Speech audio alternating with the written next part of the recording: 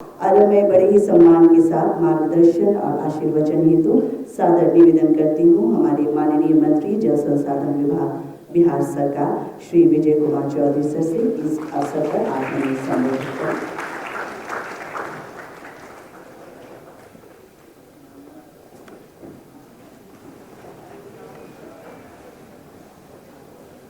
आज के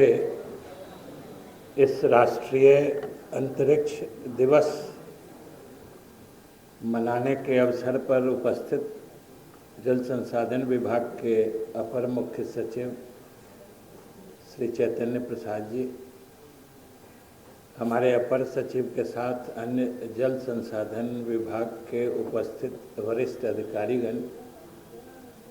इस कार्यक्रम के लिए विशेष रूप से पटना पधारे हुए इसरो सहित अन्य राष्ट्रीय स्तर के संस्थानों के प्रतिनिधि और वैज्ञानिकगण और यहाँ इस कार्यक्रम में उपस्थित अन्य इस अंतरिक्ष विज्ञान से रुचि रखने वाले सम्मानित देवियों, सज्जनों और प्यारे छात्र छात्राओं, आज का दिन विशेष रूप से हर्ष का है, इसलिए कि सब जानते हैं कि साल भर पहले आज ही के दिन हम लोगों ने चांद पर अपने वैज्ञानिकों की सफलता का परचम लहराने में सफल हुए थे और एक मिशन जिसकी शुरुआत लगभग 2 दशक 20-21 साल पहले, जब 21वीं सदी का प्रारंभ ही हो रहा था, उसी वक्त इस मिशन की शुरुआत की गई थी और हमारे वैज्ञानिकों के खास तौर से इसरो के प्रतिनिधि आए हुए हैं। उसी संस्थान के वैज्ञानिकों के अथक और अदम्य परिश्रम और उत्साह के कारण इस चंद्रयान अभियान में, चाहे पहले दोनों अभियानों में हम लोग भले उतने सफल नहीं हुए थे, लेकिन हमारा चंद्रयान 3 का अभियान जो पिछले वर्ष शुरू किया गया था और जब दोनों हमारे लैंडर और रोवर ऊपर में चांद की सतह पर उतर के घूमने लगे और अपना कार्य कुशलता से करने लगे थे, उस समय इसरो के वैज्ञानिकों सहित हर भारतवासी का दिल, हृदय गर्व से ऊंचा उठ गया था। क्योंकि इसके भी कारण थे कि एक तरह से दुनिया में अंतरिक्ष विज्ञान में या अंतरिक्ष के क्षेत्र में वो भारत की बड़ी दमदार उपस्थिति थी और हम समझते हैं कि विश्व का हम लोग तीसरे चौथे देश बने जिसने अपने बूते चांद पर इस तरह की सफलता हासिल की। और उसमें भी एक सफलता तो और ज़्यादा हम लोगों को सबसे ऊंचाई पर ले जाती है कि जो चांद के उस भाग में, जिस भाग में आज तक कोई दूसरा देश अपने रोवर को या लैंडर को लैंड नहीं करा पाया था, उस भाग में हमने अपने लैंडर को लैंड कराया और रोवर को चांद की सतह पर टहला दिया। ये सबसे बड़ी सफलता था, ये विश्व में अनोखी, अद्भुत और पहली सफलता थी और स्वाभाविक रूप से इसके पीछे हमारे वैज्ञानिकों के वर्षों की मेहनत थी। जैसा कि हमने कहा, 2-2.5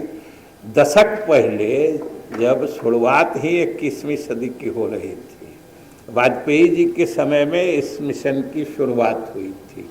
और आप सब लोग जानते हैं कि जब आज हम राष्ट्रीय अंतरिक्ष दिवस मना रहे हैं,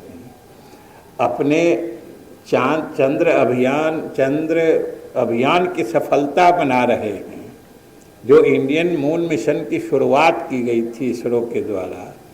उसके सफलता के एक आयाम को सेलिब्रेट कर रहे हैं, तो हम उन 2 संस्थानों को भी स्मरण किए बिना नहीं रह सकते हैं जिनकी पहल पर इसरो ने ये अभियान शुरू किया था। एक तो सब लोग जानते हैं जो इंडियन एकेडमी ऑफ साइंसेस है बेंगलोर का, जिनका सुझाव आया था, जो वार्षिक इनका कॉन्फ्रेंस होता है उसमें सुझाव आया था, और दूसरी तरफ एस्ट्रोनॉमिकल सोसाइटी ऑफ इंडिया जो है, जो हैदराबाद में उस्मानिया यूनिवर्सिटी में चलता है, उन लोगों की भी इच्छा से उस समय दोनों के मिले जुले प्रयास से इसरो में उस समय इस अभियान की शुरुआत हुई थी। और इतनी मेहनत, इतने वर्षों की लगातार कोशिश के बाद जब हम इस सफलता के मुकाम पर पहुँचे, तो स्वाभाविक रूप से ये एक ऐसा दिन है जिसको सेलिब्रेट किया जाना चाहिए। ये आज का दिन हर भारतवासी को गर्वानुभूति कराता है। और आज के दिन जो अपर मुख्य सचिव बता रहे थे कि ये अत्यंत उपयोगी सफलता है कि एक तो दुनिया में भारत की धाक जमाना अलग बात है, और उपयोगिता के बारे में भी इसकी कोई सानी नहीं है, क्योंकि आज जो देश अंतरिक्ष से परिचित नहीं है, अंतरिक्ष विज्ञान को समझता नहीं है, वो बहुत क्षेत्रों में पिछड़ा ही रह जाएगा। और आज हम अपने बूते जब ये सफलता हासिल किए हैं, तो स्वाभाविक रूप से हर विभाग में इसकी उपयोगिता है। और विशेष रूप से तो हम लोग तो जल संसाधन विभाग से जुड़े हैं, तो विशेष रूप से भाग्यशाली समझते हैं। और वैसे भी जल संसाधन विभाग को इस विज्ञान या इस क्षेत्र से सीधा वास्ता पड़ता है, कि चाहे फ्लड फोरकास्टिंग की बात हो या रिवर मैनेजमेंट की बात हो, किसी तरह की बात होती है। तो इसलिए ये हम लोग भी गर्वान्वित हैं कि नेशनल स्पेस डे सेलिब्रेट करने का जिम्मा ये जल संसाधन विभाग को दिया गया है, और ये वाजिब भी है और प्रासंगिक भी है। इसलिए कि जल संसाधन विभाग में इसकी समझिए कि कभी कभी जब कोई आपातकालीन स्थिति होती है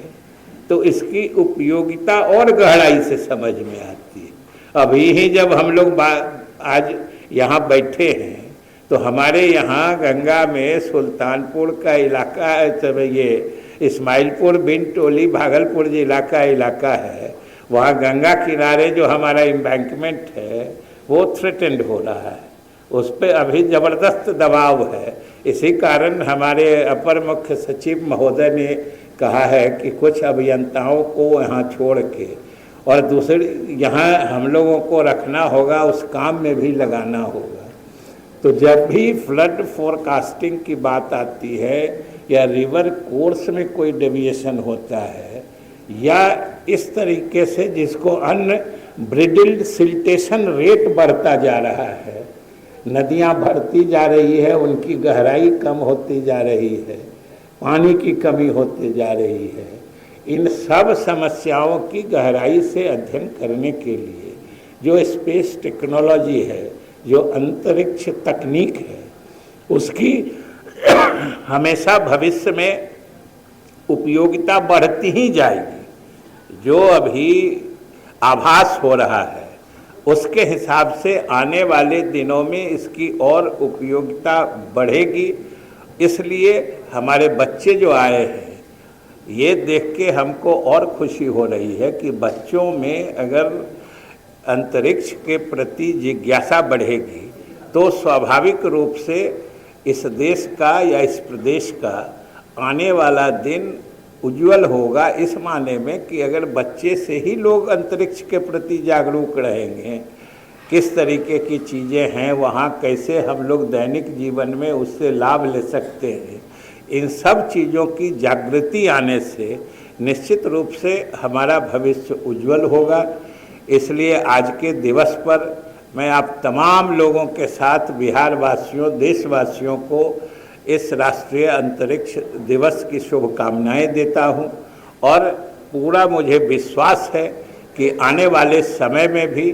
चाहे हमारे अलग अलग जो इसके स्पेशलाइज्ड इंस्टीट्यूशंस हैं, इसरो है या अन्य जो संस्थानें हैं, उसके अधिकारियों, वैज्ञानिकों के डेडिकेशन से और हमारे विभाग के अभियंताओं के लगातार परिश्रम से आने वाले समय में अंतरिक्ष तकनीक का उपयोग कर हम अपने जीवन को सुगम और सरल बनाने में सफल होंगे। इन्हीं शुभकामनाओं के साथ बहुत बहुत धन्यवाद।